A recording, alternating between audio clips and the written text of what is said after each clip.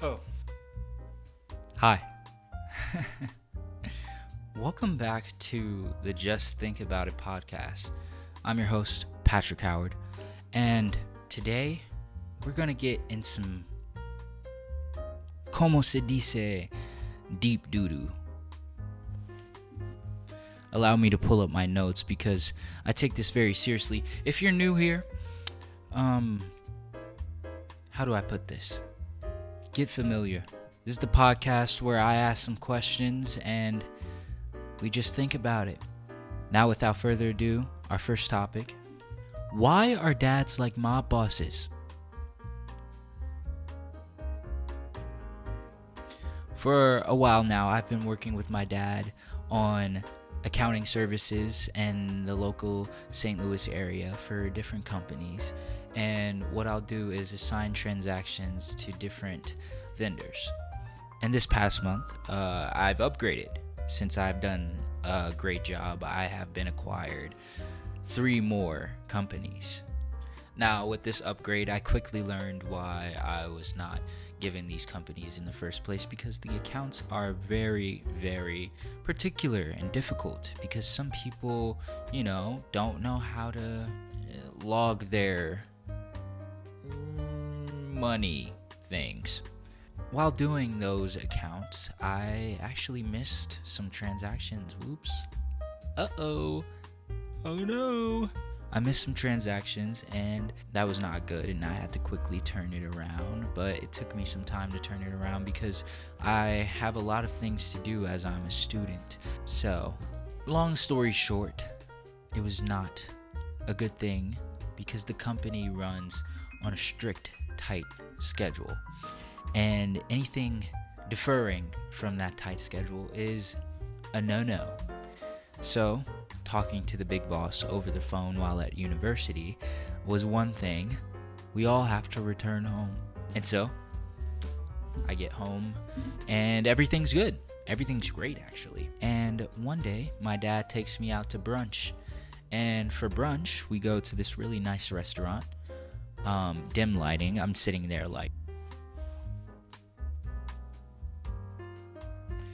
And, my dad starts asking me about school, and he's like, how's it going? I know you're busy, but you found a place to live next year with some friends. I'm like, yes, I'm excited. I've been planning of how I'm going to save up in order to pay rent, and that's where things turned. He goes, listen, kid, I'll pay for your rent. You know I'll do that for you, right? You know I'll do that for you. I'll pay for your rent. But if you ever double-cross me again, I'll break your neck. I say, you break my neck? Listen, kid, I know it's an extreme thing to say, but we got a tight schedule around here and we're running a business. So if you can't do any transactions, let's just say, long story short, I'm gonna have to call Big Tony. And Tony does not play around about his money. So I was like, yes sir. And, waiters never know when to come up, right? The waiter's there with a tray of bread and butter. He's like, you guys doing all right? You guys doing all right? Here, have some bread. Have some butter. Here, take it. Bon appetit. It's weird because, nowadays, it's a recession indicator when waiters are too nice. You can tell that the economy's going somewhere, right? A waiter will be like, can I get anything for you? You said some bread and butter? And oil? You want oil too? Did you want any appetizers? We'll be right out with your cranberry juice. Don't worry about it. Bon appetit. Something's off. I don't know what you want from me, but I'm just as broke as you are. Stay back. Anyways, speaking of family, people from your childhood at family reunions, they always expect you to recognize them. They always expect you to know who they are. You'll be chilling at the family reunion with your siblings, and all of a sudden, some random lady comes up to you and she's like, I haven't seen you since you were this tall. this tall. This tall. You remember me? Come on, you remember me. Oh, I don't know you, lady. You remember me, don't you? Here, what if I turn to the side? I used to hold you on this side, so you probably remember. Why would I remember you? I was 3. I don't remember you holding me. I don't remember you babysitting me when I was an infant. Do not come up and ask me if I remember you. Now you got me worked up because I didn't burn my incense before this session. So now I gotta take a few deep breaths.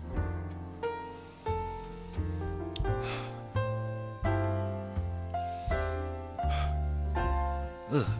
You know, it's funny how the mind works. You know, the brain with all its memory and things, you know? Back in the day, I used to know all of the integration formulas. I was in calculus. That was a little smart, okay? I was a smart kid. I don't know what to tell you. You know, I was in class in calculus in 2021, memorizing all of the formulas. And I was like, yeah, I got this down packed. I'm him. Now, all I remember from 2021 is Certified Lover Boy lyrics.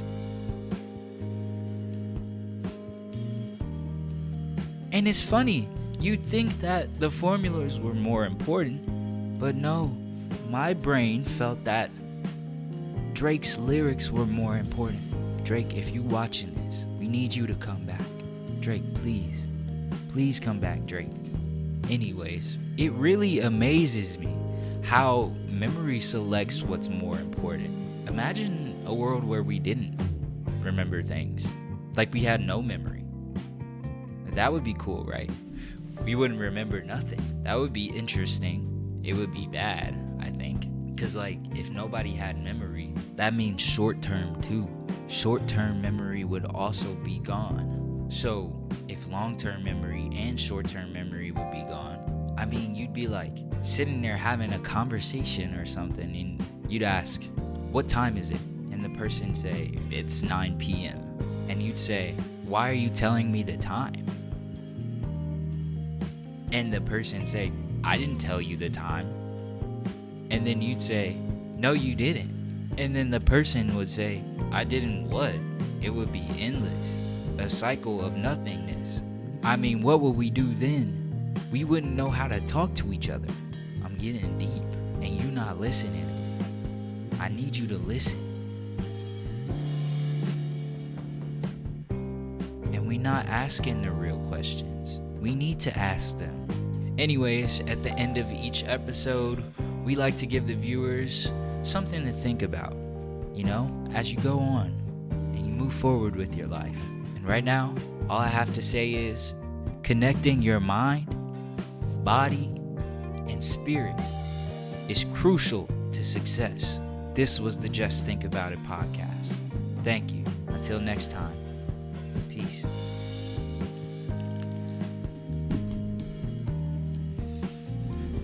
Woo! We did that one. Hey, that's a wrap. That's a wrap. That's a wrap.